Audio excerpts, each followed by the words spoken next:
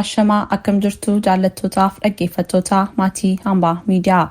Akkuma beekamu hambaa miidiyaa seenaa gootota Oromoo lubbuu isaanii qaalii saba isaanii fi bilisummaa Oromoof wareeganii darban simbiraan gahaa tureera. Har'ammoo seenaa ilma Oromoo tokko nama lubbuun jiru simbiraan geenya. Lubbuun Rabbis keessa kaa'ee si uume gaafa guyyaa ishee malee hin baatu. Namni carra qabeessi kun Muhammad Adam Oggaa jedhama. Gurbaan kun karaa fuula miidiyaa TikTokii isaarra The Bingo Picago jedhamuun beekama. Yeroo baay'ee waan namoota bohaarsuu fi kofalsiisuu fuula TikTokii isaarra gadhiisuunis beekama. Kanarraa ka'uudhaan namoonni baay'een akka maraatutti isa ilaalu garuu dubbiinsaa akkas miti. Waan keessa darbee lubbuusaa oolfatee as ga'e isaaf rabbisaa qofatu beeka. Kanaafis erga rabbiin isaa lubbuusaa oolchee addunyaa ammas har'a yookaan bor guyyaan isheen beekamne keessaa godaannee deemnuuf carraa du'arraa ooluu argatee lubbuunsaa jiraachuuf rabbisaa kennetti fayyadamee kolfee gammadee jiraachuuf waan murteesse fakkaata.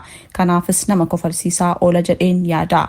Kanaafis nama biratti akka maraatutti ilaalama. Seenaansaa addunyaa ajabjechisiisee hojii rabbiis addunyaa raajeffachiiseera. Muhammad Adam Oggaa kan dhalatee guddate Harargee Bahaa magaalaa Baddeessaatti. Muhammad akka lakkoofsa Itoophiyaatti bara 1992 yeroo waraana Itoophiyaa fi Eertiraan wal waraantu raayyaa ittisa biyyaas ture. Kallattiidhaan waraana kanatti warroota hirmaatan keessaa nama tokkodha. Xumura waraanaa bara 1994 booda daangaa biyyattiirraa waraana isaanii guutuu waliin gara Diree Dhaawaatti ergaman. Ta'us garuu Muhammad sana booda waraana ittisa biyyaa keessaa badee bahuudhaan gara Jibuutii Eertiraatti maluun waraana adda bilisummaa Oromoo abaawottis makamuudhaan leenjii waraanaa fudhate. Kana boodas ture jireenyi koo kan rakkoodhaaf saaxilame jedha Muhammadi. Turtii yeroo muraasa booda akka lakkoofsa faranjootaatti bara 2014 ji'a 8ffaa keessaa achi keessaas baduudhaan Sudaanii imaluudhaan hanga 2018 erga achi turee booda imalasaa gara Liibiyaa taasise. Achittis akkuma namoota kamiyyuu dalagatee jiraachuu eegale. Liibiyaatti hojii dalagatee $700 walitti qabachuusaas hima. Haa ta'u malee karoorri isaa kan jalqabaa karaa seeraa alaatiin gara dachii Awurooppaa imaluu waan ta'eef gara magaalaa Liibiyaa Zawiyyaa jedhamutti imaluudhaan daldalaa Hayton jedhamu wajjin walii galee. Daldalaa Hayton jedhamu namoota 15 faana walii galuun tokko isaaniirraa $700 akka kaffalaniif erga walii galaniin booda bidiruu xiqqoo yookaan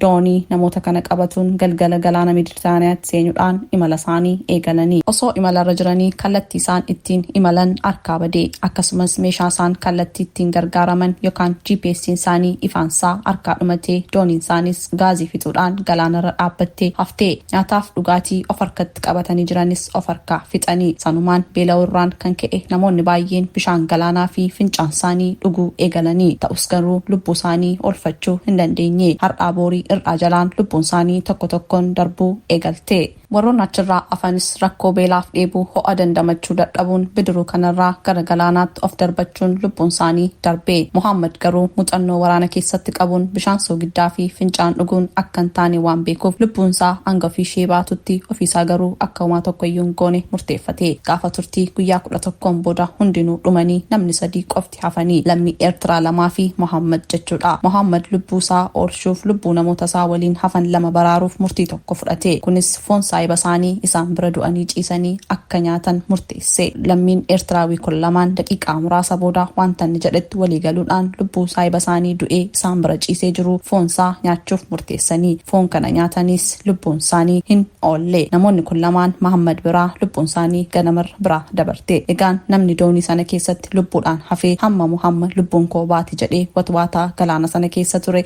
Muhammad Adam Oggaa kana ture. Egaan lubbuu rabbis keessa kaa'ee gaafuma rabbi jedhe malee si keessaan baatu waan ta'eef Muhammad rabbiinsaa akka waan tokko godhus amana ture keessa isaatti. Asumaaf achi otomoo wixxifatu Waaqayyo gaafasa gargaaru helikooftariin tokko qilleensarraa balali'aa dhuftee fi finyoo gara isaatti gad erguudhaan Muhammadiin gara hospitaala Maaltaa jedhamutti fuudhamee hospitaala sana deeffamees yaala guddaa erga argatee booda turtii muraasa booda lubbuunsaa baraarfatee lubbuun oolee addunyaa kanarra jiraachuuf carraa argateera. Muhammad Adam Oggaa amma lammii Faransaay ta'ee biyya Faransaay keessa nagaasaa bahee galee burraaqee jiraachaa jira. Egaan namoota 15 ta'anii doonii kana yaabbatan keessaa namootni 14 isa biraa du'uudhaan namni lubbuunsaa rabbi akkasitti gargaartee hambiste kun Muhammad Adam Oggaa yookaan maqaan TikTokii isaa The Bingo Picago jedhamuun beekamu isa kanadha. Egaan seenaa isaarraa waan baay'ee barachuun ni danda'ama. Innis akkas jedheera. Namoonni karaa seeraan alaa imaltanii fi galaana Meeditiraaniyaanii qaxxaamuruuf yaaltan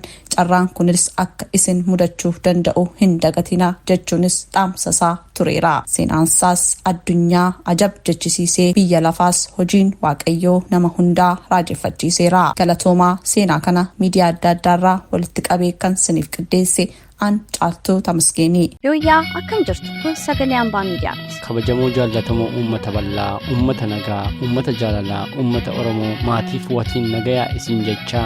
Ambaa Miidiyaa Neetwoork sagalee qabsoo uummata Oromoo ta'uu muuxannoo itti wal jijjiiruuf, seenaa goototaa fi jabdoota Oromoo itti wal barsiisuuf, aadaa fi afaan keenya ittiin guddisuuf, aartiif artistoota keenya ittiin jajjabeessuuf, duudhaaf eenyummaa keenya ittiin wal barsiisuuf, yeroo kamittuu gola uummata Oromoo hunda seenee odeeffannoo isin qooduuf, saba sagalee dhabee diinni afaan qabee kaamseef sagalee ta'ee isin biraan ga'uuf irra deebi'ee yeroo isinii ibsuu gammachuu guddaadhaani. Ambaa Miidiyaa Neetwoork tursuun dirqama Oromummaati isiniin jechuun ansa keenya.